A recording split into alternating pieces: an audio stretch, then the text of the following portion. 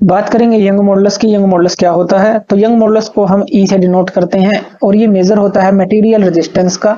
यानी कि जब भी हम कोई भी टेंसाइल या कंप्रेसिव स्ट्रेस लगाएंगे किसी भी मटेरियल के ऊपर, तो विद इन इलास्टिक लिमिट अगर उसके अंदर डिफॉर्मेशन आती है, उस चीज को मेजर करने का काम यंग मॉडुलस करता है।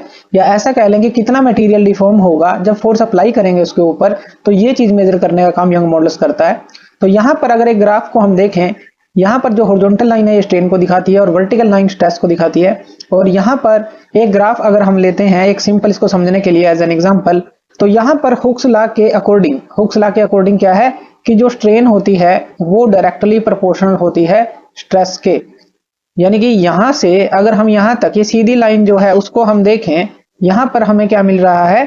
स्ट्रेस जो है डायरेक्टली प्रोपोर्शनल स्ट्रेन के मिल रहा है।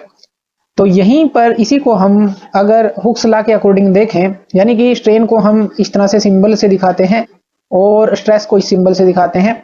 तो अगर इस कांस्टेंट प्रोपोर्शनैलिटी के साइन को हटाएं तो हमें मिलता है, तो हमें मिलेगा E।